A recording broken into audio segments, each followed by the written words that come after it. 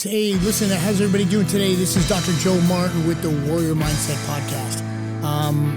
If you haven't really kind of viewed this podcast before, basically the concept of this is we just interview everybody. Anybody who wants to come on this show, we just love to hear about people's stories of their life. There's many walks that people walk in their life in order to get them through from the day one they're born to the time they leave this earth. And a lot of people have been through many trials and tribulations and pitfalls, and we just like to interview people to see what makes them tick. I'm originally from New York. I do a lot of talking. I love talking to people, and today I got a special guest here. He's one of the trainers in Doc's Gym, which is on the other side of this wall here, and he's been in the fitness industry. He's got a great story, and I think you guys are going to really, did I say really? Yeah, I think really. I said really enjoy this conversation. So without further ado, I'd like to introduce you to John Anderson. We call him Coach John, and we'll get you into what he does on the other side of this wall in our gym in a minute. But John, I want to thank you very much for coming on the show. Thank you, thank you, Doc. Taking the time out of your busy days we've been trying to do this for a little while. Yes, we have. So I'm super stoked and happy to have you on the show. Well, I feel blessed to be here, and I hope we have an interesting conversation. I'm sure we will. Yeah? I'm sure we will. So, I know John's history and not even all of it, but what we're going to do, because he has such an interesting life, and how old now? 60 or 28? 62? 70, Well, double sevens. Double this year is going to hit 77? No, get 78 this year. 78. When's your birthday? July 11th. July 11th. Oh, man, we're both July birthdays. I'm Really? the 25th. Yeah. Awesome. So that's awesome. So it's going to be 78 years old. Yeah. And when we get into the story, guys, this guy is still a beast. He's working with young kids, Christian-based guy. Amen. And, working with these young kids nowadays. And I tell you, the way our society is nowadays, working with a guy like Coach John, maybe we can swing the pendulum the other direction in the future. But that's what we're praying for. And let's just kind of get into a little bit with you. And, we can start from, no pun intended, the conception of John, where he came from. But give us a little history, and I'm going to interject along the way. But let's go flow through it. Let people know, who you are, where you came from, and then I'll just try to kibitz in between. It's kind of interesting because it's, not the usual story. I come from a very diverse background. Right. My grandfather was a Scottish sea captain on a tall ship, came via Ellis Island as an immigrant here to the States, became a citizen. Then when was that? This was back in the 1800s. 1800s, gotcha. Yeah. And then he went to Oklahoma and married a Cherokee Irish, blue-eyed, black-haired Cherokee Irish woman. They became missionaries. And they went to China as missionaries. Wow. After China, they came back via Tonga, Hawaii, the Samoan Islands, right, and eventually Hawaii, and eventually down to the Amazon jungles where I was born. So I was born in the Amazons, the Amazon basin, border Brazil and Bolivia. Is that kind of like Tarzan, maybe? I don't know. Maybe folks, we're just really meeting Tarzan right here. Well, the only calisthenics I did then was the trees, off the trees and into the water Maybe in the jungles. Maybe he learned off you. So anyway, it was an interesting lifestyle there because I was raised with the Siriano, Ayoreo, and Yanaiwa people. They're Guarani people. And sure, that's where my martial arts first started. Right. When I was a little boy, while my father and mother were out there preaching to the gospel in different parts of the jungle there, to the different tribes, I'd stay back with the rest of the kids. In their main games, they were all warriors. Yeah. So they'd draw circles on the ground, the boys, and they'd size you up by size, not by age. Right. And me being part Anglo, I was a lot taller than the kids my age. So you're working with guys a lot bigger, a lot stronger. Yeah. And I'd get the snot kicked out of me every day, and my mother would come home and say, I don't want you doing this. My father would say, let them do it. They were Christians, but they knew that I had to get strong as well if I was going to live in that environment. So that's where my martial arts started. Then one of the missionaries that came to the mission was a boxer, professional boxer. He had actually fought in the times of Rocky Marziano and all the big ones. Guy, American big guy? white guy, yes. Yeah. His last name was Oslin. He was a big heavyweight. And he felt a little compassion. He said, I'm going to teach you how to box so you can have a little fair advantage with the rest of these little native boys. And most of their stuff that they were that you weren't familiar with, obviously. No, not at all. What was the technique that they were using? It was back actually like Vale Tudo. That's where Vale Tudo was born in Brazil. After that came BJJ and all the rest of them. Check. But similar foundation? Foundation was basically like a mixture of BJJ and Muay Thai combined. Oh, check. Gotcha. And everything goes, elbows, knees, and everything to knock you out of that circle. Would that be considered the primal or the beginning stage of MMA? Absolutely. Because you were able to throw some elbows. Absolutely, yes. And kicks. But then there's takedown also. Takedown, and they also had other things involved, like headbutts and things that are not allowed in MMA or UFC. Yeah. But that gave me the strong basis of what I teach today. Check. And so, I'm glad I was able to do this because by the time I was 13, I was fighting kids 16 in that area. And when I was a young teenager, I was already competing in the top ranks. Right. And then with that was more their style or in the boxing? This was more their style. I didn't start boxing till I had started with this missionary. He taught me basics, but when I came to America is when I really went to the Olympics and check. And we'll go into that too. Yeah.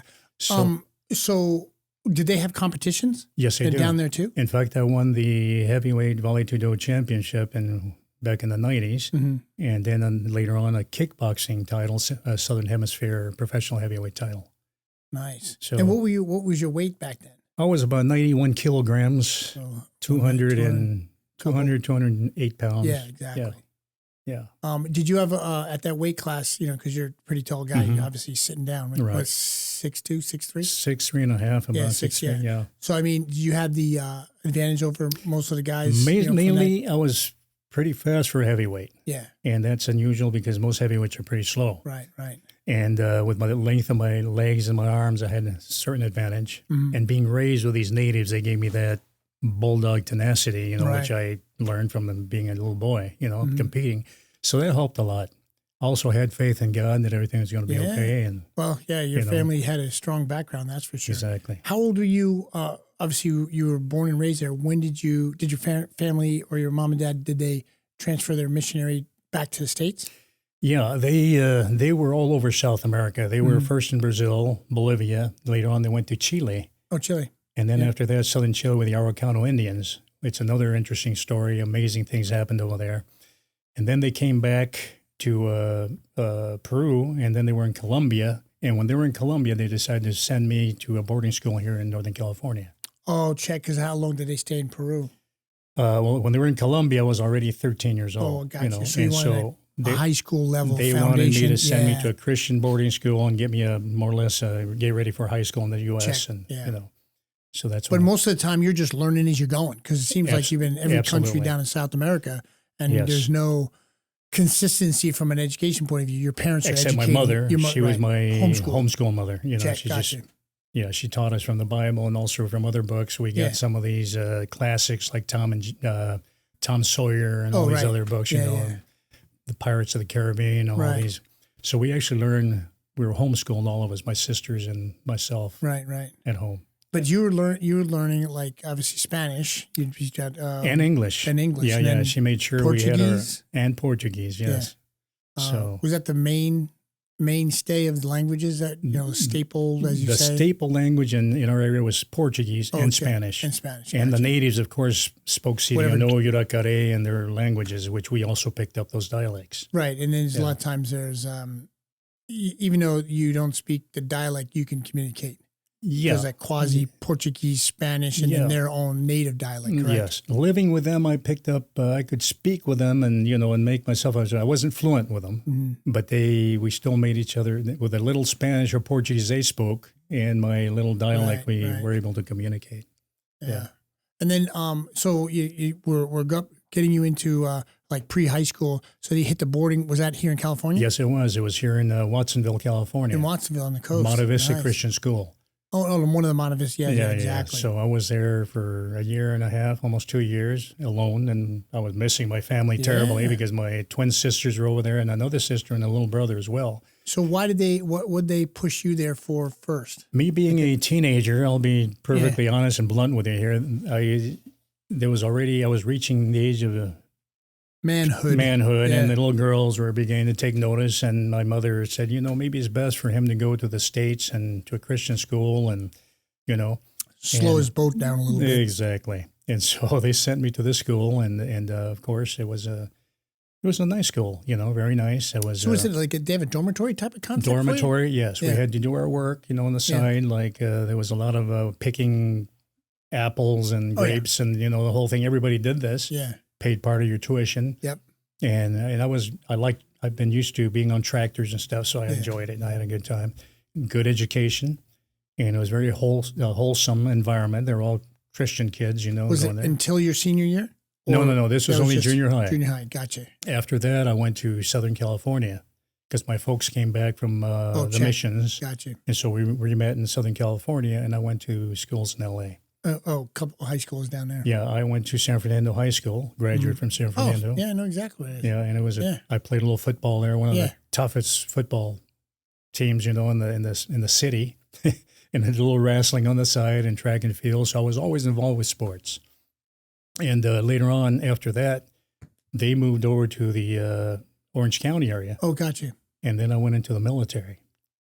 I was as I was going to college. Yeah, when did you join? I went in the 60s, 66. And what were you in? I was in the Army. Army? Fort Bragg Special Forces So out of North Carolina. right. So and you did how many 4 years. and tours? Were you Vietnam? Yeah, Vietnam. Yeah, Vietnam yeah. time. And I, after 4 years, they wanted me to re-enlist again, but I had other plans. Oh, no, of course. And so I was missing my family, and I had a girlfriend that I had been going with for a while, and unfortunately, she died of leukemia sorry at to hear 23, and I lost her New Year's and my brother Christmas Eve. Jeez. So it was really a rough time for How'd me. your brother pass? He accident in South America. Auto accident. Yeah, he went down there, and we had a little ranch over there. Yeah. He was watching over that. I was going to go back after I got out of the military and go back there, but he had this accident. Yeah. So, it was a rough time for the whole family because he was the youngest. Oh, of the all youngest. the Yeah. siblings. So you're like, say, for example, what did you say, 66 you went in? Yeah, 66 I was when- 24 or 25. Were you a draft number? Yes, I was. you did. Yeah, after I was in the service, they asked me if I wanted to. They asked me what I did, where I came from, and when they knew that I was born and raised in the jungles and all this, they said, "Well, we need a point man like you." So they said, "Would you like to go to special training to Fort Bragg?" And I said, "Well, yeah, I'll go and check then it what out." did you do? One tour? One Vietnam, tour. one tour. Yeah. Then when you get out, So, so they say 1970. Yeah, 71. Yeah, 71. Yeah, Mhm. and then where'd you kind of go from there? From there, I went back to the San Fernando Valley and was there for a little while. Then I went back to Orange County where my folks were living. And then I decided, after I was in college for a while, to go back to South America. Oh, you did? So I went down to South America, and when I was down there, I first started teaching in a high school down there. It's a cooperative school, American cooperative school. So I taught 2 years of high school, and then I started a martial arts club on the side. So that's when I started teaching a little bit of kickboxing and Krav Maga and Muay Thai and BJJ and all these things. And it started growing so fast at the... This is in San Fernando? No, this was in the South America. I went back to South America. South America. Yeah. So I went to Santa Cruz, Bolivia, which is a little bit away from the border from Brazil. Started one club. Today we have 50 clubs down there. Are you still associated with them? Oh, yes. Yeah. We text every day. Yeah. They send me pictures of their competitions. I graduated, I think it was 14 black belts down there. The main one, his name is Marcelo Salas. He was a gang member and a feared street fighter. They came to one of my first clubs, and he wanted someone to train him. But he wanted to make sure that the trainer was going to be somebody who could handle himself and handle him. So we had a little exhibition from about 100 students there, and before you know it, he was spitting up his beer and his drugs, and and he said, "Okay, Sensei, I'll take classes from you." Yeah. He is my main student today. He has the largest church in Santa Cruz, Bolivia, with over 3,000 faithful churchgoers. Wow. And he's in charge of most of the clubs. He's actually the sensei in charge of all the other clubs. And is so correct me if I'm wrong. A lot of times, say for example, because I probably know more of the BJJ than I do some of the other belts and things like that, where you get a belt through a certain, say, fifth degree, fourth degree, whatever black belt. Yes. Are these some of these guys under do you have is a belt underneath you? Yes, they are these. Well, Marcelo must be like a 5th degree black belt now. Mm. I'm 6th degree. Yeah. And then we have others that are under him, which are 2nd, 3rd degrees, and also all the colored belts. Check exactly. All the schools. But is it like from your inception of when you put your studios together? Absolutely. It was 1985. Yeah. Jeez. And so they have all, they still have me up here as the chairman. Right. So you could go out there like to Bolivia right now and say, for example, you tell your number one guy, hey, listen, I'm going to come down. I'm going to do a little vacation time. Yes. If you're going to belt anybody, love to be the guy to belt these guys, whether whatever color, brown, black. Yes. And I'm sure that's. In fact, every time I go down there, they immediately give me a big welcoming. They put me up in a hotel that I want. They take care of all the, expenses, and they also put me as main judge at all the competitions, international competitions. So and do you? When was the last time you did one of those? 10 years ago. Yeah, Coach, man, we got to get you back there, bro. I know. They've been telling me, why don't we, do another one? But I've been so busy here getting settled in Fresno, and my wife is alone now. We're empty nesters, and yeah, it's not as easy as it used to be. No, and you got it, but you got to keep it moving. Got to keep it moving. Yeah, for sure. We have to do that here. That's our vision here in Fresno. Yeah, it is. Yeah, no doubt. And we're going to get into that type of stuff too. So, trying to follow you chronologically as we're going, man. As you guys can tell, this guy's got, a plethora of things he's done in his life, which is awesome to hear. And this is the whole concept of this warrior mindset. As we continue to, talk with Coach, that idea, you can just tell that mindset that this guy from a young age, has developed himself with, we're not saying there's a lot of trials and tribulations yet, right now it's been pretty good. We lost 2 family members, things like that, or a family member and a girlfriend too, and things like that. And you got to put that armor on every day. Yeah, absolutely, every day. Get through that mentally, and you have, God, from your foundation, which Ephesians is awesome. 6:10. Yeah, every day. Yeah. And so we're down in Bolivia. You're probably middle 20s then. No, I was in my 30s. In your 30s, yeah. And were you married yet? I had one failed marriage. And hey, listen, it happens. When I first came from the service, after my one girl died of leukemia, one of her friends. Yeah. And it just didn't work out. Yeah. And so I remarried again with a Colombian lady, and I've been with her for over 30 years. God bless you. Hey, listen, sometimes, you think to yourself, we try to do a lot of things in our life on our own. Yeah. And, the good Lord lets you stumble. He sure does. He lets you fall. He lets you pick yourself back up. Exactly. And then sometimes he goes, okay, well, now you're a good soldier. Mm-hmm. Let's reward you with somebody. And in your case, you were rewarded with a lovely wife. Absolutely, of, yes. How many years now? 30? 30 years, yeah. Oh, 30 years, man. That's great. And how many kids? We have 5. 5 kids. Yeah. Oldest being, let's go down. My oldest is a double PhD. Nice. And she's 32 years old now. Mm-hmm. It's from the first wife. Yeah. And then the others are all, one just graduated from UC Davis, my youngest one with a microbiology degree. Nice. And then I have a son in Spain. He has his own little ecotourism. Oh, nice. Yeah, which he really enjoys. Where's he at? What city? Barcelona. In Barcelona. Yeah. So tours and all this type of stuff? Absolutely. And the trains and planes and the whole thing. Puts people on a travel package? Absolutely, yeah. So we're gonna shout out to his son when he put this in there. We'll put this on this podcast. Exactly. If you guys are out in Spain, we want to get him some business out there. Yeah, absolutely. We'll definitely hook him up. We'll get that information for you guys too. So you got the youngest out of San Diego. Wait, the youngest one is out of UC Davis here. Oh, UC Davis. UC Davis. Then your son's in Spain. In Spain. Then I have another older daughter, the one that's a double PhD. Yeah. And she's living in Mission Viejo. Oh, okay. What's she doing there? She teaches. Oh, gotcha. She's also an advisor with government. Oh, with ours.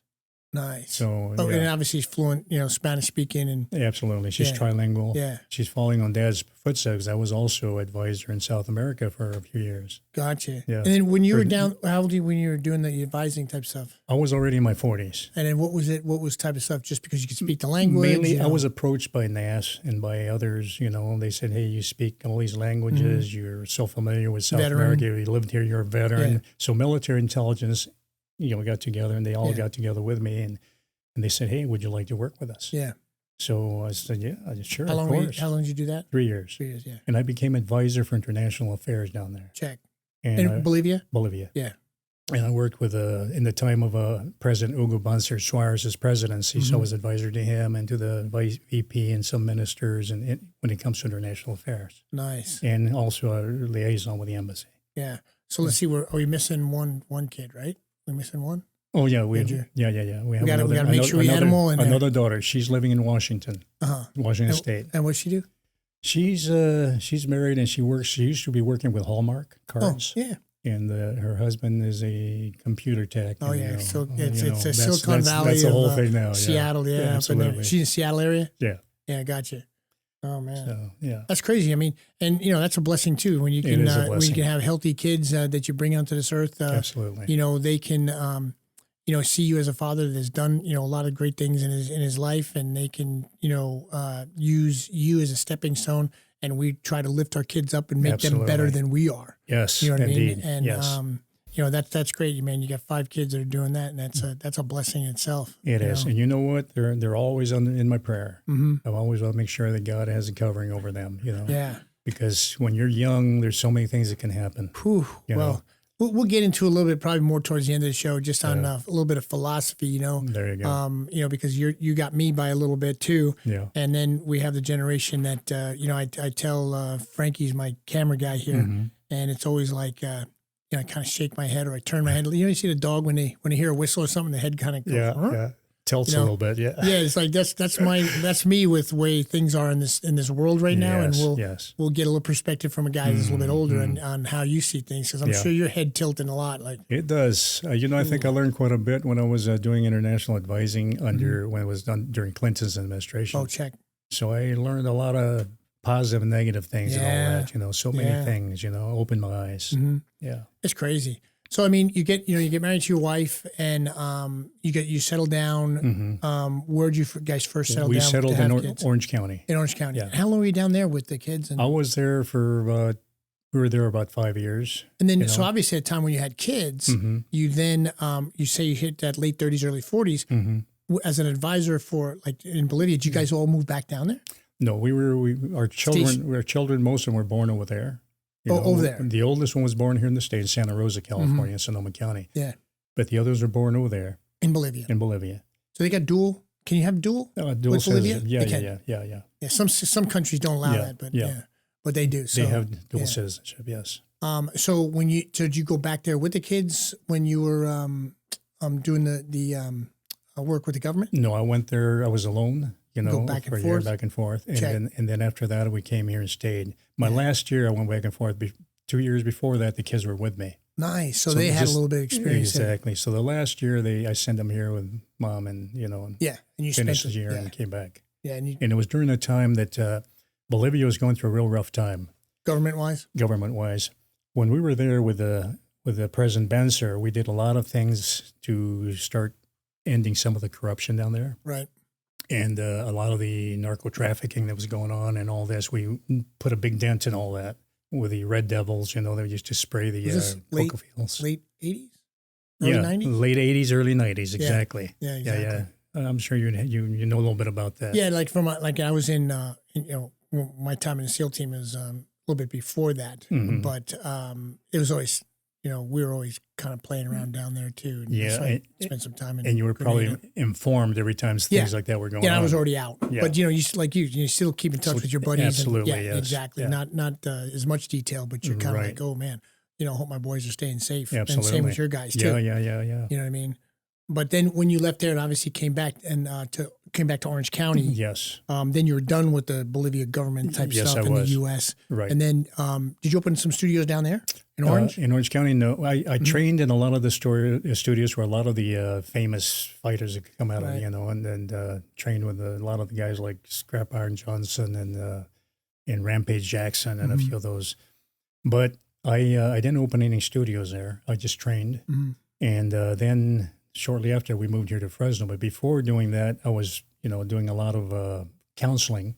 Oh, check. In fact, I started counseling. I was a court-appointed counselor for DUI behavior and Is your degree? What's your degree? Mainly political science and psychology and counseling is. Well, one of the things too is, and I talk to people all the time, is like, if you're a people person, and Coach John's definitely a people person. I think the trainers that we have in our gym here, we're all kind of cut from the same cloth. Obviously, if I own the place, the people you interview, you want some sort of commonality, and we have that. And I can sure attest to the fact that you have with this educational background, but you've worked with such a diverse amount of people that being able to sit down and counsel somebody, whether it's on drug or alcohols or whatever, it doesn't necessarily, my opinion, say you have to have that piece of paper. Yeah. You just have to be able to sit down and communicate and listen to people in order to do that. How long did you do that for? I did it with the courts in Southern California for about 5 years. Nice. Before moving here. Yeah. And so going back just a little bit, because, we had all that martial art type stuff. You did a lot of competing down in Bolivia and whatever. And you built the studios. We missed a little bit of the section on the boxing stuff. Okay. Where did that take you? Was that from, were you training in Brazil at the time? Like I said, at the beginning, I started with a missionary that taught me how to box when I was a little boy. Right. So I got all the basics with him. But later on, when I came and started living in the San Fernando Valley, I started training in a lot of the boxing studios there. And, when there was, at the time, there was Jerry Quarry and his brother, and there were others, or also in martial arts, Bill Wallace, and even Chuck Norris. I know them all. And we trained. I'd love to check. One of these days, we'll have to try to get Chuck to get on here. He's in Texas right now on a ranch, You could you've known him. I've known him, and in fact, him and Benny Urquidez and also Raul Reese. We've done some things over Calvary Chapel or in Costa Mesa. Yeah, that's some old names back in the day. Back in the day. Man. That shows you how old school it is. Yeah, right. Yes. So we just got to be as good shape to this guy when we're all his age. So with the boxing. Yeah, something. A lot of these guys are still staying in good shape. Yes. They're older than I am. Yeah. So I look at them and I say, well, they can do it, so can I. So I get out here and spar with these guys out here, and they're teenagers, and and they get winded, and I say, okay, I don't feel so bad if I'm a little winded myself. Yeah. Oh, yeah. And that's one of the things we, it's a testament to where we are, and you got me by some too, and and then I got the guys underneath me. When you see them winded, and you and I are kind of like sucking wind mentally in ourselves. Yes. No, I'm doing just fine, Johnny. I'm fine, doing just good. Man, why are you feeling so gassed? Damn, Doc, man, you're doing good. Yeah, I don't feel anything. And then you go into the restroom and you're like, whoa. Yeah. You know what I mean? Like, breathe. I'm just going to get a little air outside, But when you're in there with them, but you still got to, you still got to, put yourself up there to where you're like, nah, man, we're not going to let these young bucks, get us. Or we may have lost a step or two. Yeah. But not a lot of steps. Absolutely. What's tough sometimes when you have 8 of them out there and they all want to spar with you. Yeah, you're the one guy. You're one guy. So you're still holding up mitts. You do one round with one guy, one with the other. By the time you've done all 8 of them, And they got like a 10-minute break before they come back around the circle. Absolutely. And you got 10 minutes in a row. Yeah. Oh, no. Yes. It's, what a tangled web we weave. Absolutely. Yeah. So you started with kept going with the boxing. When was the first time you got in the ring for like a competition? Okay. I started doing a little bit of amateur boxing in Orange County. And in fact, I was training with some of the heavyweight professional boxers like they called Bionic Hand, Jerry Coetzee, South African. And he couldn't find Spartan partner, so I volunteered. Was he at your weight, the 205? Heavyweight. No, he was heavier. He was about 218, 220. But he wasn't your height, was he? No, he was a little shorter, a little slower. So I moved on. I didn't want to get hit with that bionic hand, so I kept moving pretty fast. And were you guys the same age at the time? Or was he a little bit older? I was a little older than he was. Yeah. He was in his probably late 20s. I was in my 30s. Yeah, gotcha. And shortly after that, I started training for the Olympics. That was always a dream for me. And one guy saw me boxing. His name was Art Ure, and he's a coach. And he came up and says, hey, I've heard you mention the Olympics. He said, would you like to perhaps work out and see if we can get you there? I said, yeah, sure. So absolutely. It's been my dream. So we trained for about a year. And then he says, I think you're ready now. And so I started training really, really hard. I used to have 2 houses in Fountain Valley, close to Mile Square Park. And they used to run that Mile Square Park 4 times around. Nice. So by then I said, yeah, I'm ready now. I knew I was ready to do a 3-rounder. Yeah.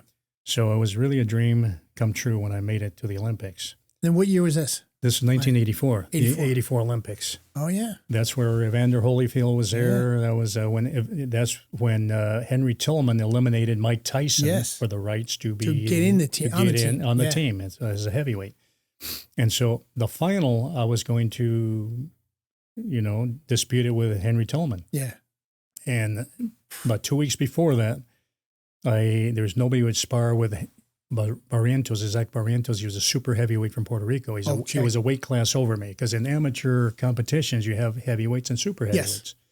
Yes. In professional, it doesn't matter. You can be 200 pounds, fight a guy 290, Isn't there light heavy nowadays? Like there was even way back then, light heavyweight, cruiserweight, and heavyweight and super heavyweight in the amateur ranks. Yeah. In the heavyweight ranks, it says light heavyweight, cruiserweight, heavyweight, and super heavyweight is just heavyweight. Yeah. Oh, gotcha. They're all the same. Oh, geez, so you could be 205. Absolutely. I fought guys that were 248. Barrientos, when I won the kickboxing title in South America, I fought Cannon Moreno, who was 248. Jeez.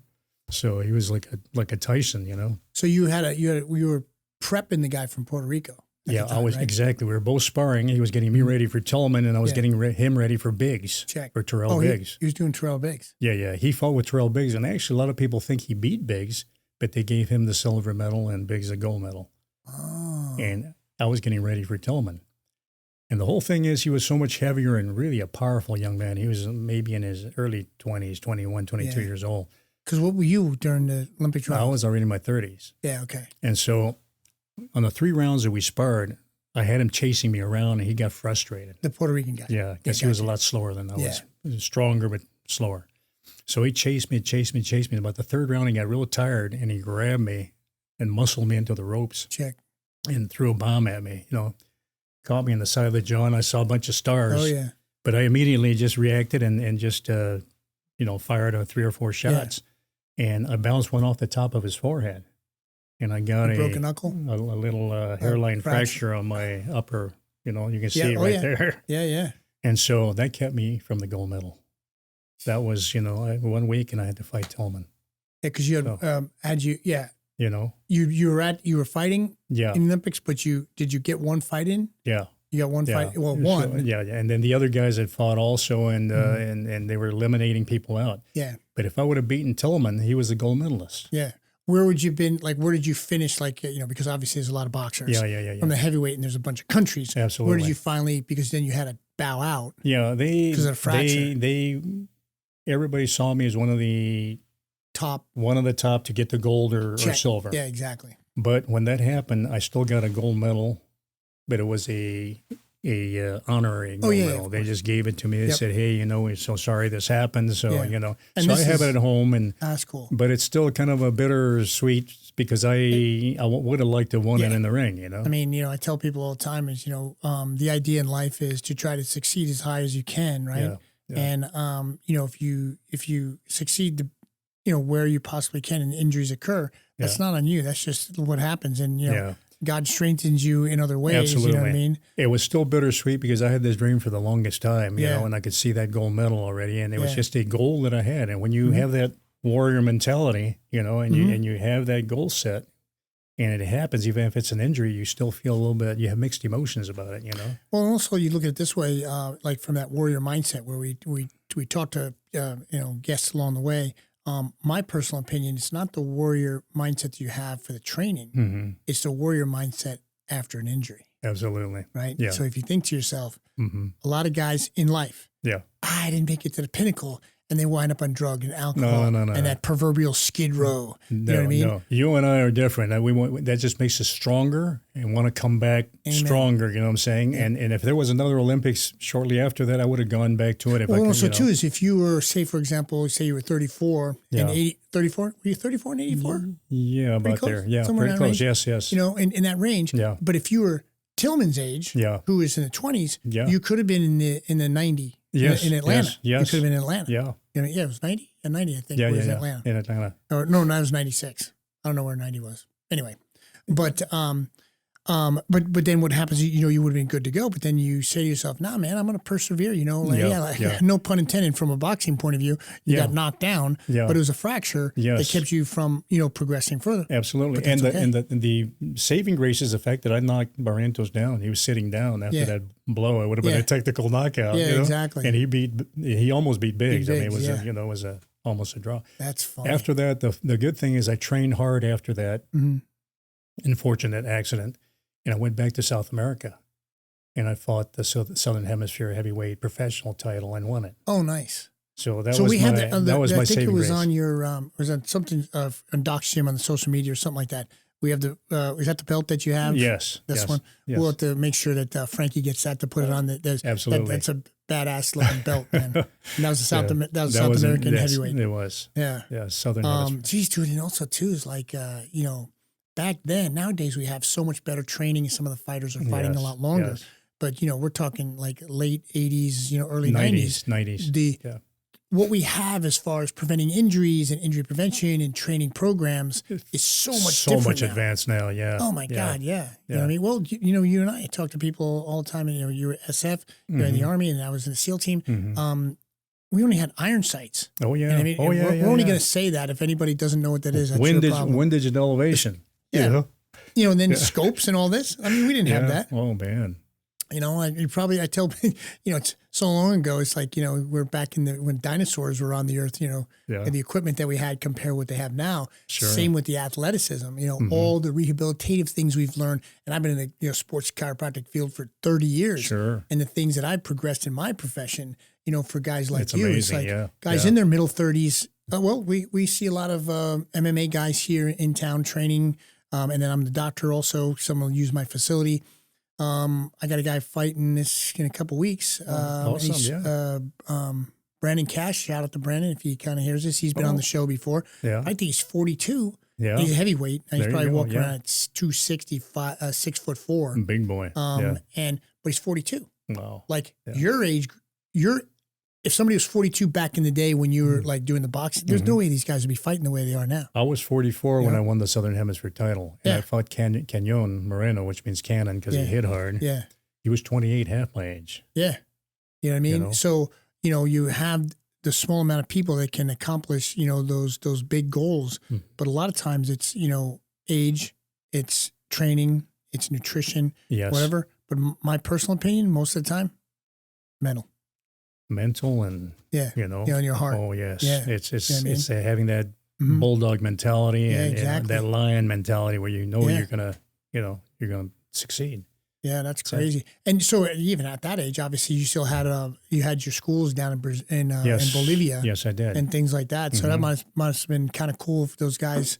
Did you go to some of the studios after you got the heavyweight title? It was awesome because that opened all the doors to Santa Cruz, Bolivia. Right. Santa Cruz was unknown at the time. And after that, they became the number one country in South America. They're competing against Sao Paulo, Brazil, and Rio de Janeiro, and in Buenos Aires, Argentina, where all the big known professional boxers and UFC and MMA come out of. Yeah, right. And they were defeating them. They were beating them. Yeah, because wasn't it, like from a UFC point of view, I know I was doing a little bit Brazilian Jiu-Jitsu. Yeah. It was probably 96. Mm-hmm. And when I started doing some rolling, but I think they were doing like a bunch of the fightings, like, in Vegas at the time. Yeah. But there really wasn't really formulated. Like I know that there was no weight classes early in the beginning, correct? Yeah. You know, when the Gracies and the Gracies. Ruises and all them, there was no weight class. There's no weight Yeah. classes back then. Yeah. And wasn't it? I think it was at the time too. Wasn't it just bare fist? Yeah, at the time? yeah, it wrapped. Just you maybe know? just Now they have the gloves and things Absolutely, like that, and yes. things like. But things have. Oh my God, They've evolved a bunch. It's amazing. It's crazy. When I first fought my Vale Tudo championship in Brazil, it was just barehanded. you know? Barehanded. Yeah, no wrap, no nothing. No, after that we started getting wraps. Yeah, you little know? wraps. Yeah. And then the small gloves they had It's nowadays. evolved a lot. When I fought with Cannon Moreno in Santa Cruz, Bolivia, he's Argentine, and he was a Southern Hemisphere champion. When he got knocked out in the third round, knocked him out, he was out for probably 28 or 30 seconds on the ground. He wouldn't recuperate. So, and it just started raining, you know, and it was like a tin roof over this type of thing, over the Coliseum. Yeah. And and he was on the ground. I was really worried and praying for him because he was really in a bad way. So he walked to his dressing room, and of course he was shaky, and you know, and somebody walked with him. After that, they told me, say he's still not feeling well. So I walked over there. We called an ambulance to take him to the San Juan de Dios hospital, and they were taking their time. So I said, "Hey, load him into my SUV. I'll take him." Nice. So we loaded some people and took him there, and he was actually in and out of coma Or Was it a with the blow that was it a kick or it was a combination of a kick and then a punch. check A head kick, head you kick, know, and then a right cross. Yeah, so you got him twice. Yeah, so he went down and he was really in bad shape. Yeah. And he was in the hospital in Tacoma. I stayed in the hospital. And then I wore a little cross. It was made of a little olive, you know, branch from the Holy Land. Yeah. So I gave it to him. He put it on. He recuperated, became a Christian, became a good friend of mine. I even went to Argentina to his home where he lives in a big gym. No a way. place like this. It has his bedroom in the back and his wife and all.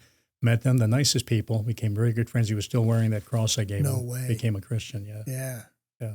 It's funny how, things in life that, you can make a change in somebody's life and not even know it. Yeah. You know what I mean? And that's I think, what that warrior mindset. It doesn't have, you see, people, they misconstrue sometimes from that warrior that it's always battle, right?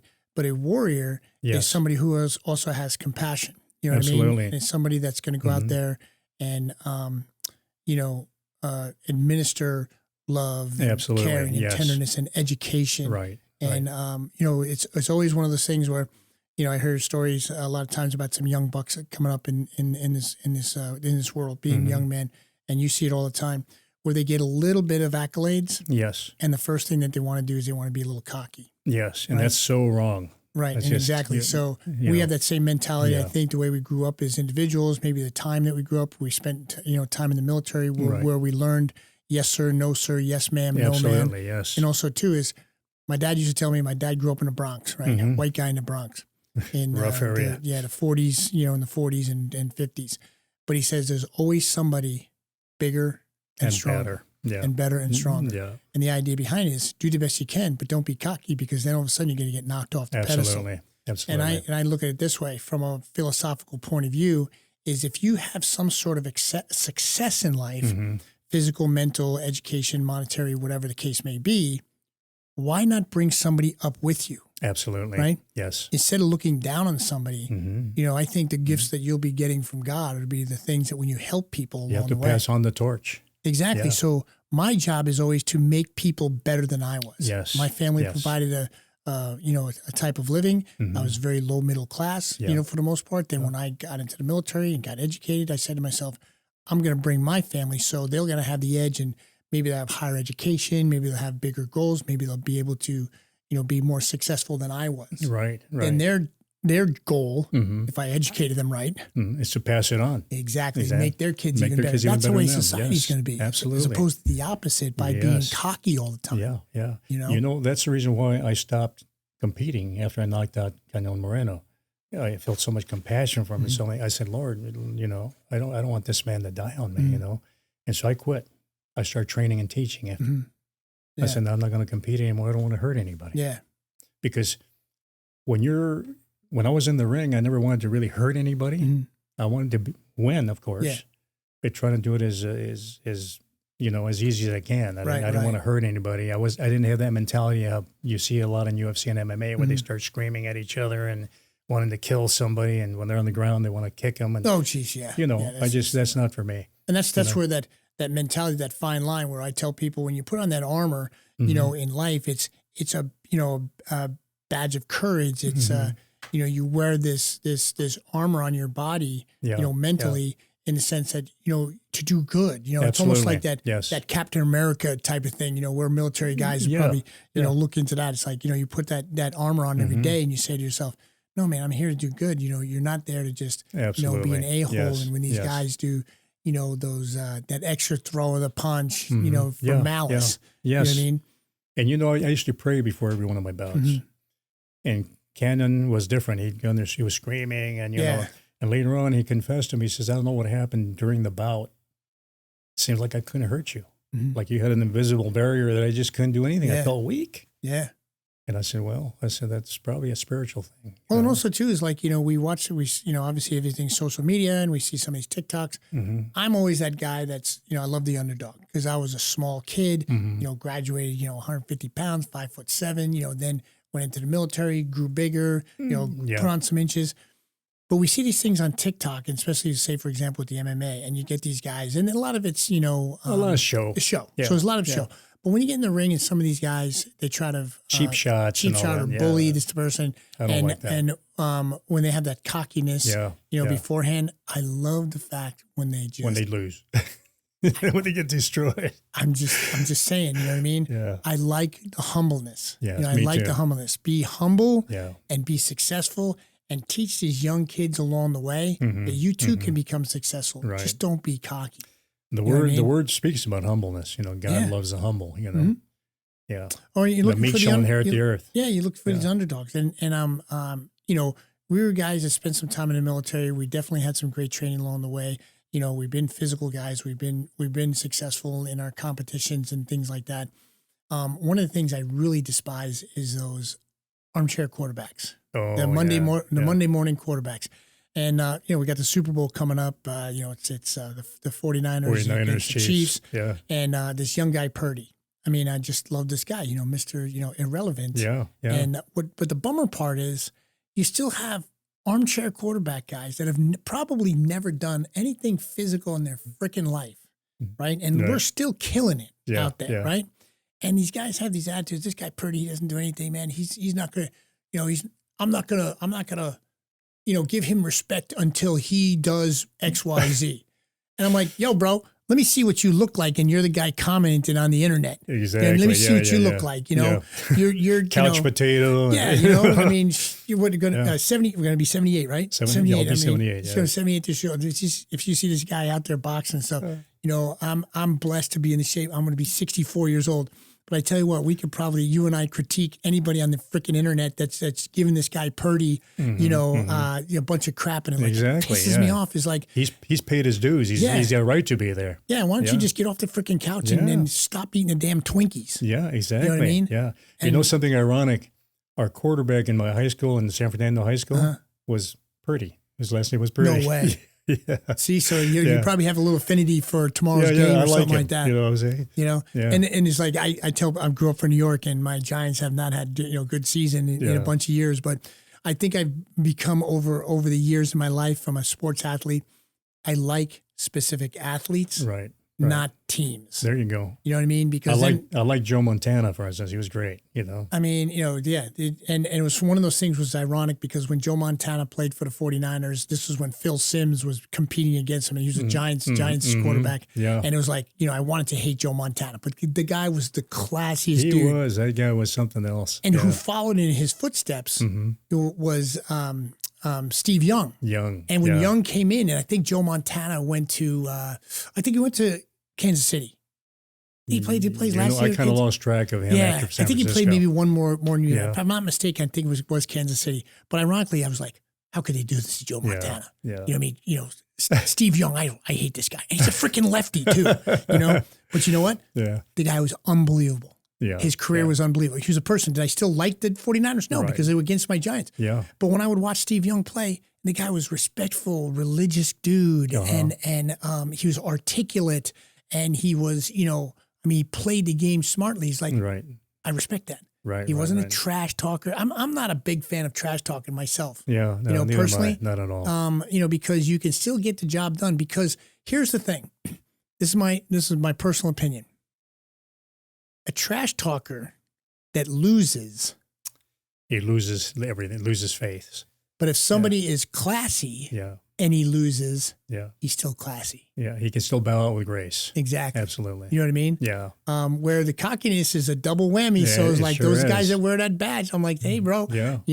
When you lose, people are going to be cheering because you're an a-hole. Exactly. You remember when I don't know if you remember the fight with Maidana from Argentina with Mayweather, where Mayweather lost his tooth. Yes. Maidana wears his tooth around a necklace.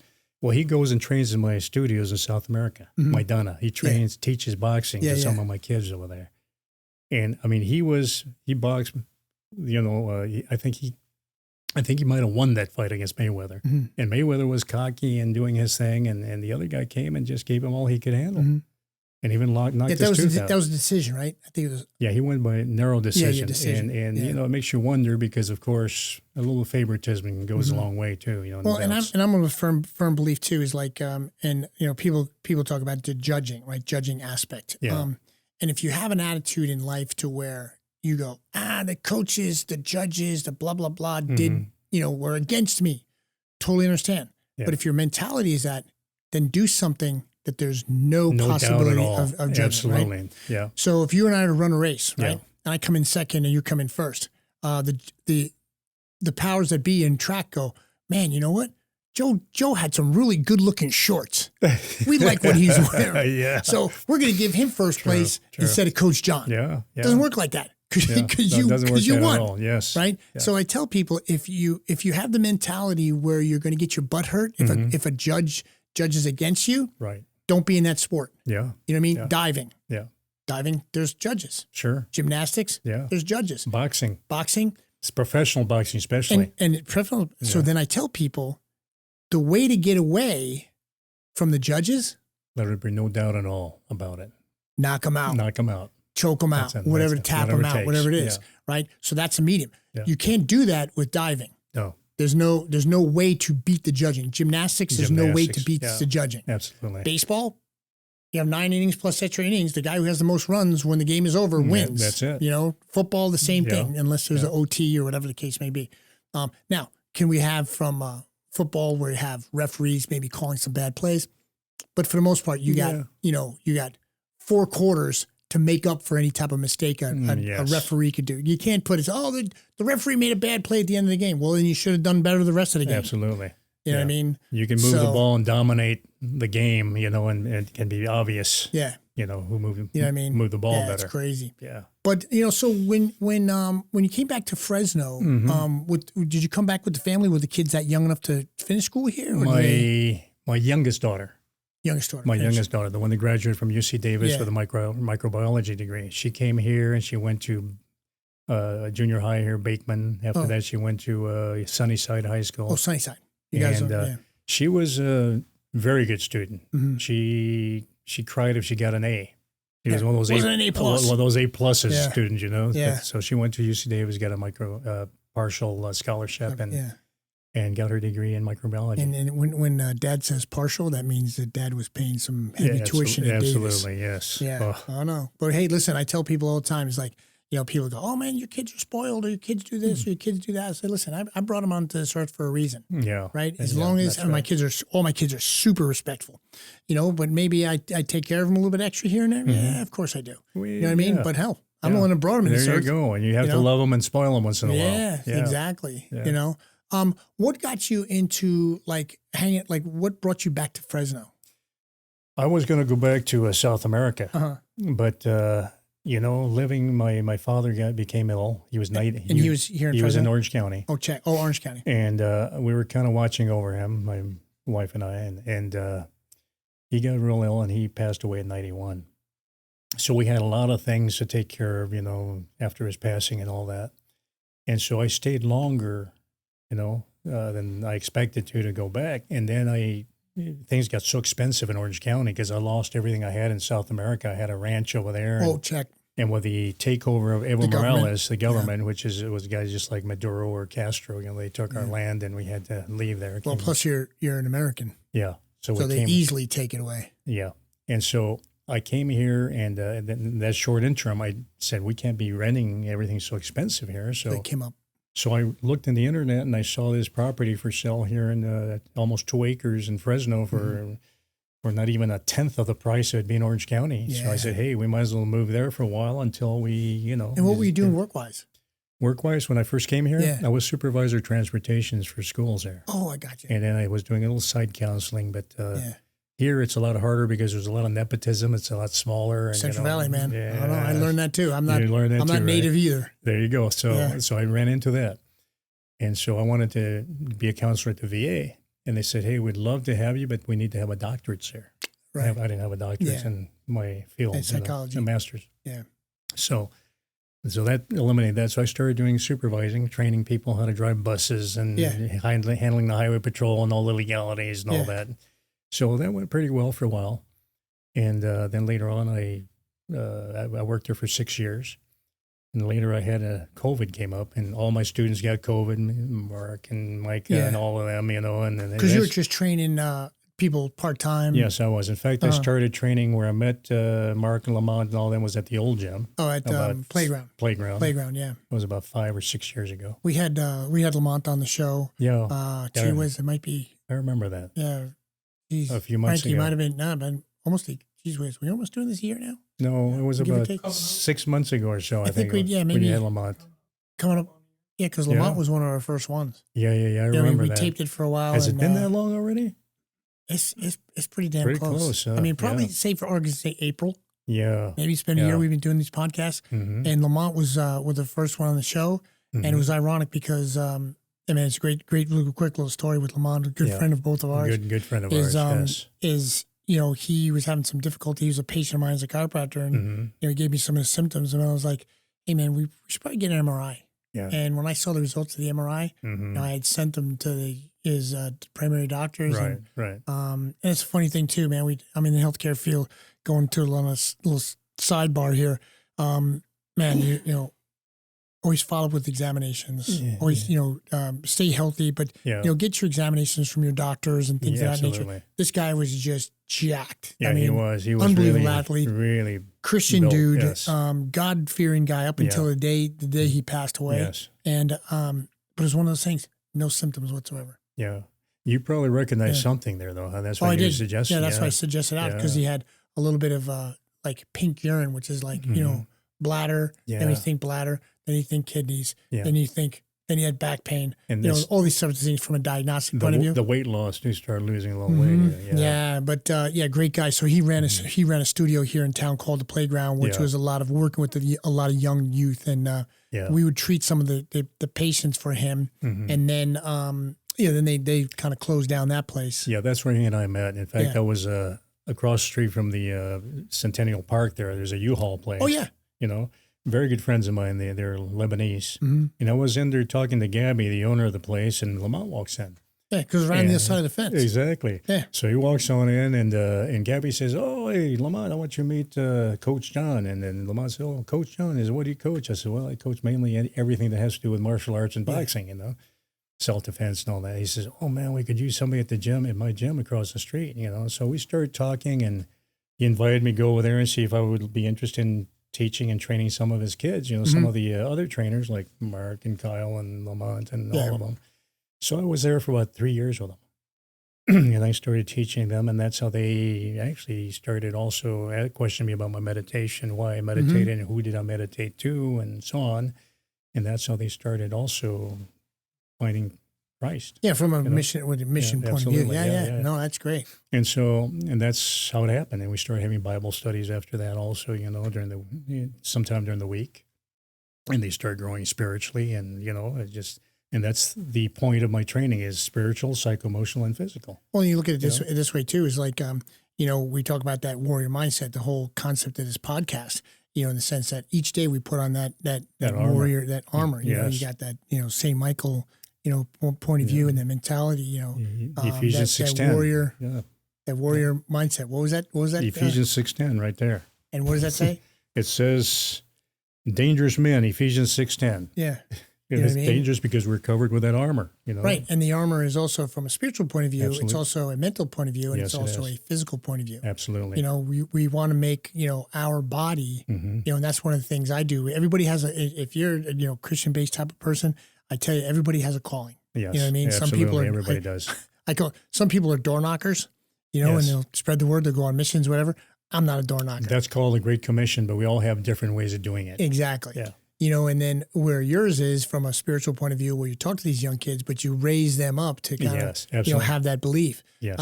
Mine is from making sure that the armor is always polished, always clean, always, there's no dings in it. Keeping them straight. Yeah. My foundation or my temple is strong. Absolutely. You know what I mean? Yes. And also too is teaching other people about that. You know what I mean? Yes. And making sure things are done that way. So each individual, you don't have to necessarily follow the pattern of what everybody else does. You'll find it yourself. We all have the same goal, but we have different talents. Yeah, exactly. How to get them there. Yeah. And I think you and I have the same type of vision, especially the Central Valley needs so much help. Yeah. And the youth. And that's the reason why I'm really grateful for with this gym Mm-hmm. that you're allowing us to be able to have those mentorships on Yeah, Saturdays. you're welcome. It's 2 hours that we have, every Saturday. Yeah. And it's our way to giving back to the community. Well, that's what I think with the podcast, because, I joke around with the podcast because most of the time I probably mention this every time. It's like, I love to talk. Yeah. Oh, yeah. And, yeah. if we can do some talking, we can meet people along the way. Yeah. We may be able to, like we talked about earlier in the Mm-hmm. show, is where we have a pendulum switch. The pendulum right now is swinging to one angle, and I think it's at the pinnacle part. It's going to come back, with the way our society is. Yes, I believe so too. Whether or not you want to talk genders and you talk about philosophies and things like that. Mm-hmm. I do a lot of lecturing to our police department and fire department and along the way.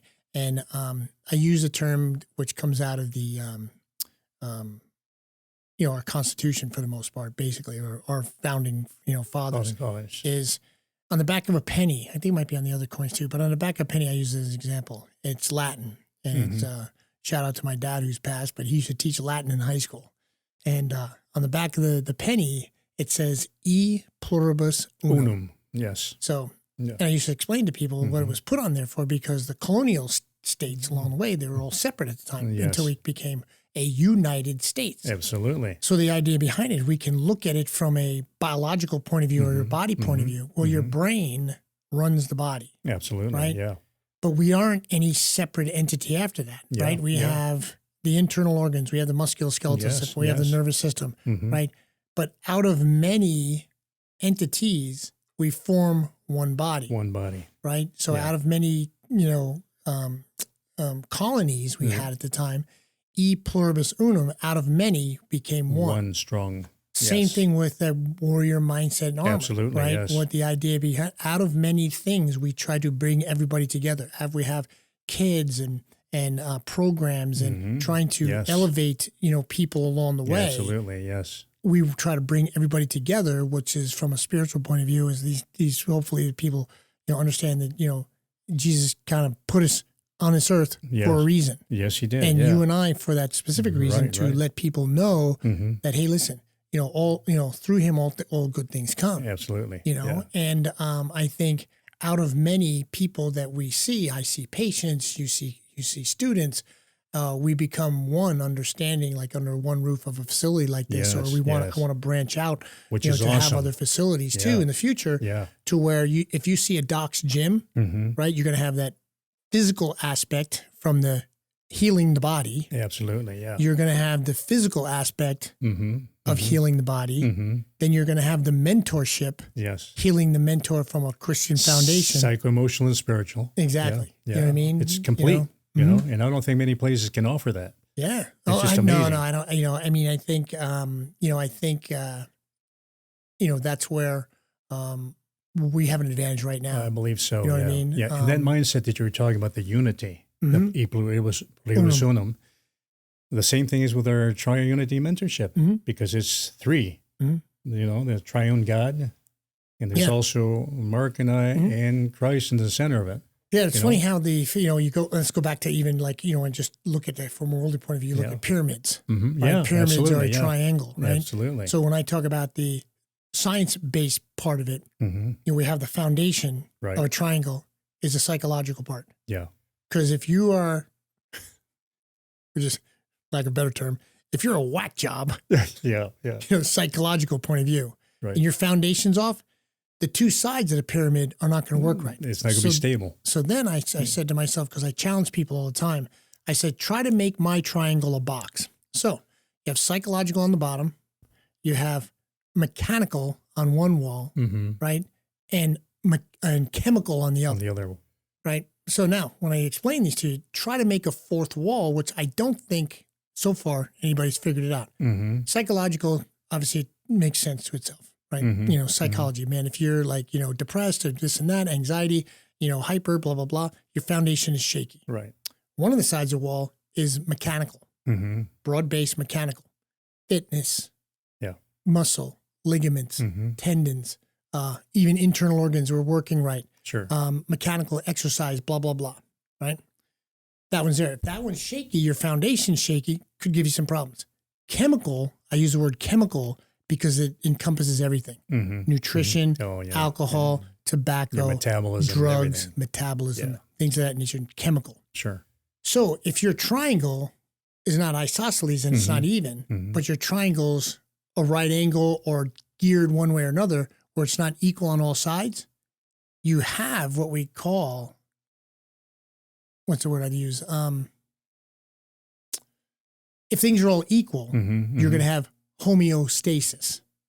Yeah. If you have, and everything's equal, everything's work right, the foundation, the armor's on you every day, the psychological aspect, that foundation is there, right? The chemical on the other side, you're making sure your diet and your nutrition and what you're putting in your body is perfect. Yeah. Mechanical is that exercise along the way, making sure that church is nice and stable. Yeah. But if your triangle veers to one side, Yeah. what we have is dis-ease, right?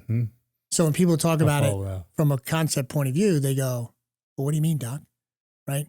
Anytime your triangle is not square and it's not even, you're at dis-ease. Dis-ease. Right? Yeah. You know, you're not at homeostasis. Stasis. Yeah. Right? You're at dis-ease. Right. So most people think to themselves, which is fine. In the medical field, you say, well, a disease is cancer. A disease is this. A disease is that.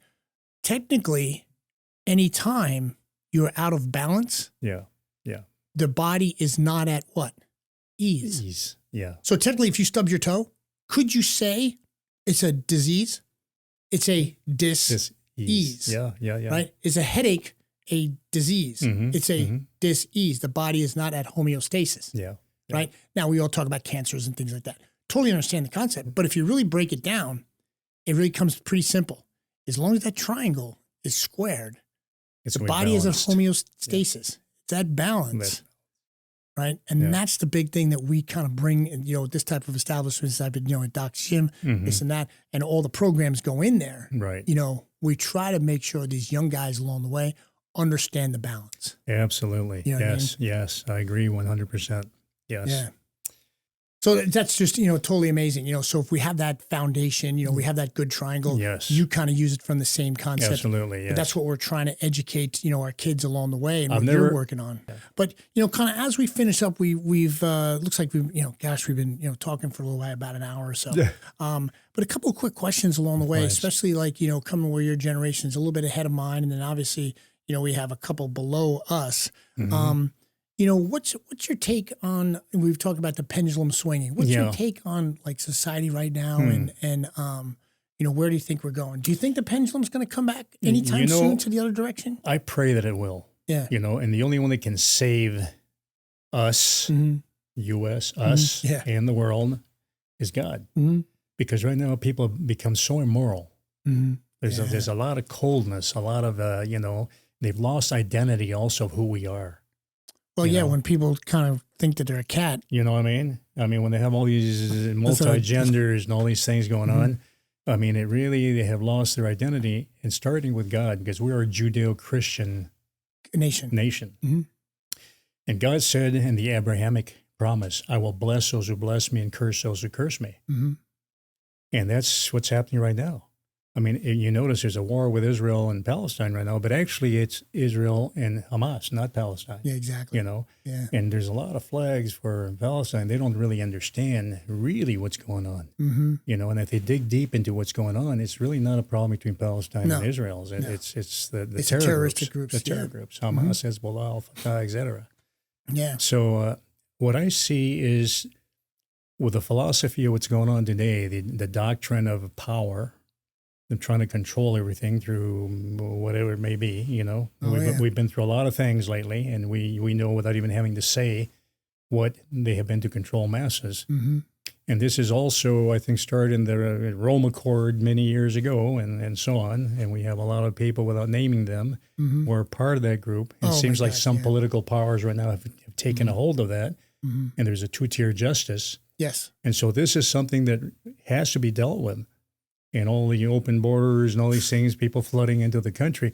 My wife did it the right way. Yeah. She came in 10 years and she became a citizen, but doing it the right way. And mine were great-grandparents from Ireland. So did my grandfather came from Scotland. He did it the right way. Yeah. My father his family from Spain. He came here in the 60s and became a citizen, you know.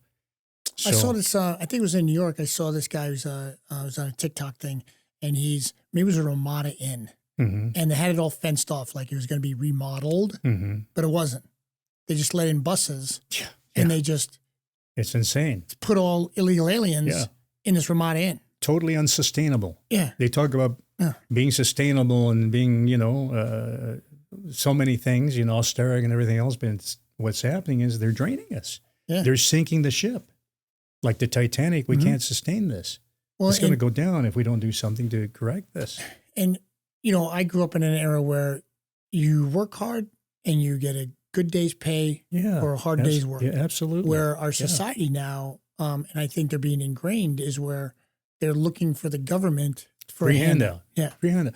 Look what For doing nothing. Look what's happening now. These people who came in across the border illegally, Mhm. they're being housed in the biggest hotels over there, and they don't like the food, so they hand them a credit card to go buy whatever they like. Whatever food they. This is going to cost billions. Mm-hmm. Well, I had a patient that came in, and we're not naming names or whatever. A young man came over from Afghanistan, and ironically, from a history point of view, I found out that the families would send their kids out of the country, Yeah. and he wound up in a different country. Mm-hmm. Wound up coming here. He's maybe in his early 20s, but from he's an asylum, Mm-hmm. coming over from that, and he's being taken care of by some families and whatever, which is also great. Yeah. It's what the expression we use: "Don't hate the player, hate the game." Yeah, We're not hating on anybody. That No. listen, if our country is allowing this to happen and people take advantage of it, God bless them. God damn the people that are doing this to us as a country. Yeah. But the kid comes in. I said, "Oh, you working right? Oh, you got your driver's license? No, I can't get that for a year. Okay, great, check. Okay. Oh, do you have a job? No, I can't get a job for a year. Yeah. Or whatever. And the families are supporting just like an exchange student back when we were younger. Sure, that's right. And he says, Which was a good thing then. Yeah. Oh, yeah. It was a good thing. Awesome. And but then my ears was like, what? Yeah. Where I'm paying exorbitant amount of money for my child to go, my youngest daughter to go to college. Mm-hmm. He says, yeah, when I get a year here, I can get free college. Mm-hmm. I'm like, yeah. Wait, free? Yeah. It's amazing. Free tuition. Doc, my daughter was probably one of the best students at Sunnyside. Yeah. With all these straight A's and Yeah. A+. She had other friends of hers get full-on scholarships at UC Davis that did not have her grade average, and she had to get a partial scholarship. Yeah. And I think mainly, she's very white like I am and all that, but they don't know that she's Colombian, Yeah. Cherokee Irish, Spanish, and some Scottish in her. You know what I'm saying? But they consider her a straight white girl, and so she didn't have the opportunities. Ethnicity. Yeah. Well, it's funny. Interesting. I had a young lady come in as a patient, a Hispanic girl, super, super smart, ironically, pretty lady. She's in construction, right? Construction management, a degree out of Fresno State. She said, we were talking about a paper she did in philosophy. And she was talking about the fact that she feels, conservative young lady, that you should not put race on an application. Well, Doc, the whole thing is this. It should be accolades. My daughter is a mix. Yeah. A mix. Yeah. And yet they judge her by the color of her skin. And Martin Luther King said himself, don't judge people by the color of their skin, instead of because of their character, Yeah. I was listening content of their character. I was listening to Candace Owens. Yeah. I love Candace Beautiful, Owens. beautiful lady. Oh, yeah. And Yeah. she's, if I'm not mistaken, I apologize if I'm wrong here, but I think she's mixed. And her husband's white. Yeah. Yeah. Or I think herself, her ancestry to herself. I think she looks mixed. like she may be. But then her mixed. husband's a white guy. Yeah. And they have white kids. Yes. And she was on, I think it was Dr. Oz. No, not Dr. Oz. Who's the other She's guy? an The bald amazing white dude. She's an amazing young lady. Yeah. She is. Who's the other guy? Dr. Phil. Dr. Phil. Yeah, Okay. Yeah. Alzheimer's kicking in. She was on Dr. Phil, and with the conversation going back and forth, and they're just talking about, people of non-white background should be taking, giving better priorities. Yeah. And she was like, no, it should be on your accolades. Yeah. And she says, so she goes, but the way the system is, I'm going to have my kids run the system the way it is because take the advantage. Sure. She goes, my kid, if he were going to college, is going to mark black. Yeah. And then the black guy is, well, she should. She goes, why? She's half white. She goes, why do they put the black on the checkbox instead of the white? Because the black box will get you what? Mm-hmm. It'll get you preferential treatment. Yeah. So I had the Hispanic girl tell me she did a whole paper in college on the fact that no, you shouldn't put anything in it. It should be your accolades because then, say for example, your daughter who is half Hispanic, Right. But it's Anderson, Yeah. whatever the names are for her name, but it's Anderson. Yeah. But they shouldn't have a color put to it because if she's got straight A's better than any other girl or guy, Yes. she should get the benefit. Now, She should have. if And there that's was what I was counting on. yes, if there's a girl of color and she does better or he does better, God bless Let them. her. Yes. God bless them. Absolutely. Yeah. It's on your accomplishments, On your ability. You know what I mean? not what we look like. Yeah. Yeah. You know what I mean? Yeah. And that's the thing that just kind of kind of pisses me off. It's Yeah. just It's, like, it's a shame. And, you know, and when you and I were in the service, Yeah. at least when I was in, yeah. there was no color in the military. No. You know what I mean? Everybody then people was going to say, colorblind. yes, there was here. Okay, Nah. talk about the fringe. Okay, fringe Yeah. on this side, fringe on this side. 99% of the people, Yeah. I'm in a hole in sand, with every other color you can think of. Yeah. And listen, as long as this buddy's covering my ass and I'm Yeah, not yeah, getting yeah. shot, Absolutely. you know what I mean? I don't care what you look like, cover my ass. We were all tight units Yes. together. It didn't matter what color you were. We were all one good unit. You And know, see, that's you it. use the word unit, and that's a great thing because we should have that as an entity in the United States. Absolutely. You know what I mean? The unity of who we are in the United It's States. in the name of the country. Yes, Unit. united we stand. You know what I mean? And divided we fall, like Yeah. the good book says. Yeah. You know. So as we kind of finish up with this conversation, one of the couple questions I ask to people all the time is like, so say for example, where you are now going to be 78 this year, and then if you were to take 60 years off your life right now and say to yourself, what would you tell your 18-year-old person with these 60 more years you've put on it? It's a good question. If I was 6 years younger, what would I tell myself? When you're 18 years old. When I what was would you tell? when I was 18 years old, 60 years. Gee, I would give him a lecture. Yeah, You just know, I mean, give me there's- like two things you'd tell yourself. First of all, I would try and get as much into the spiritual earlier. Gotcha.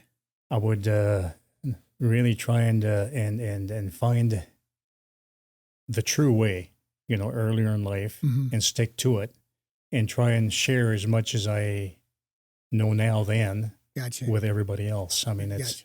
it's just Getting the information quicker from a spiritual, foundation point of view, And then spreading it. spreading it quicker. yeah, absolutely. Because when you're young, I mean, 18 to 30, you're still Yeah. kind of lost. So if you're sitting on this side of the mic here and somebody was sitting on that side of the mic there, right. could you be dead or alive? Mm-hmm. Would you like to? And you can't say Jesus because everybody, I would say that too. Who would I meet? Yes. Who would you want to interview or talk to, or on that side of the table? If you say and dead or alive. Dead or alive. You Yeah. know, there's a lot of people that I would like to interview. One, Yeah. Orwell.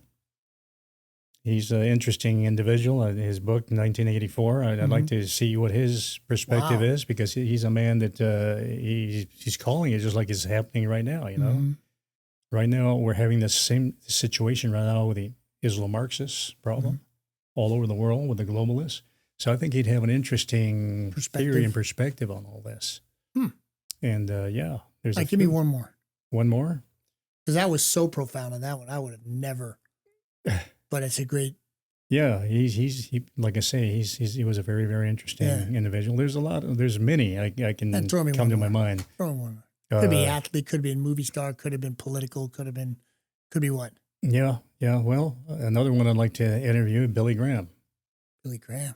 He was a man that was very wise and just amazing spiritual man. I met him when I was 13 years old. No way. Down in L.A. When LA. I first came there was a big campaign in the Coliseum, and he walked past, and I reached out and grabbed his hand, And, no way. oh yeah. And ironically, his son came to Bolivia. Franklin became my friend there, and I was the advisor for international affairs that did all the securities. Whether people are and all coming, people are coming and going. and not only that, he had a campaign at the stadium, soccer stadium there, and I was in charge of putting all the police and all the securities around them and to guard the stadium. Huge following. Amazing. Yeah. That's great.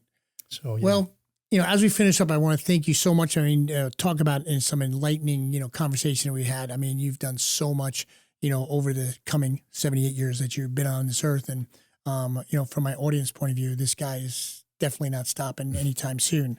So, and he's going to be dragging as many people along with him. Amen. You know what I mean? As long as God has me here with living, I'm going to be trying to fulfill that great commission. He's just not sitting on his proverbial ass, doing that's nothing. right. But thank you, Doc. And I just want to say I want to thank you for the great opportunity you've given us to be able to transmit our experiences to these other kids, because I think it's going to make a great impact on the Central Valley. Yeah, I think in the long run too, because we have this concept of the Doc's Gym, which I'm looking at franchising the concept, to where a Doc's Gym, when you see it, it's going to have the entity of you're going to work with the younger generation, right, from the kids' point of view, and whatever capacity. It could be the martial arts, could be the the ninja, this warrior stuff. It could be from the little kids, from just movement. Then we get the next level up. We have high school athletes and things like that. Yes. The next level is guys that are getting ready for the police department, the fire department, first responder, military type stuff, where we're giving back to the community. Yeah, search and rescue, and Olympics and so on. Right, from those levels. Yeah. But then also too is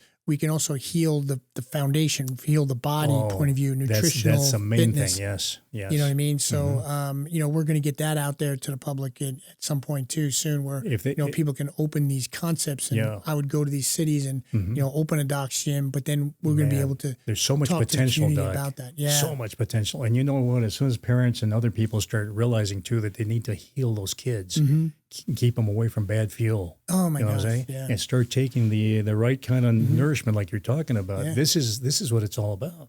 Oh yeah, and I think if you're going in the direction from a spiritual point of view, as opposed to some of these kids and they're learning this, being indoctrinated by these very liberal and woke type of teachers. Absolutely, yeah. And they don't stand a chance today if they don't have people like us neutralizing all that, and telling them the truth. There's many evils and battles in this world, right? We're not just saying it's that wokeness, but it's one more thing that is added the log onto the fire.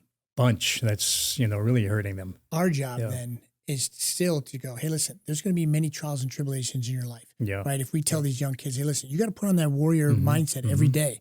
And if there's things that you don't believe in, then you need to come back and talk to your parents. Don't worry about talking to the teachers. Yeah. The parents will take care of that. Absolutely. You know something, Doc? I was so amazed when I first started training at the old gym with Lamont and Mark and all these young guys. With my background with international mentorship and counseling, I saw the way they were. They didn't have a clue of anything that's going on around them. Yeah, they didn't know, about the Rome Accord. They didn't know about Soros and all these people. History is I had to really teach them all these things, and they finally start catching on and doing their own little research. But this is what we need to do. Yeah, I think so too. They need to wake up, get away from the woke people, and really wake up. Yeah. No, I think we had a good foundation here, and it's yes, we do. Like we talk about. I brag on your gym all the time, and my wife and my other people that I know, and I say, man, this is one. See, the ghosts are finishing up with our podcast. I say, listen, Joe, you got to get out of here now. But hey, listen, God's in our presence right now, right? Yes, He's just telling us right on, Joe, that was a high five to us and things like that. But so hey, thank you very much again for Doc, coming. It's a pleasure being here. Keep spreading the. I'm honored to be word. here. Amen. Yeah, and we'll get it out there. So, awesome. Like I said, until next time, how we're going to cut this, we don't know. But until next time, next time, Dr. Joe Martin from the Warrior Mindset Podcast. Look forward to seeing you soon. Amen.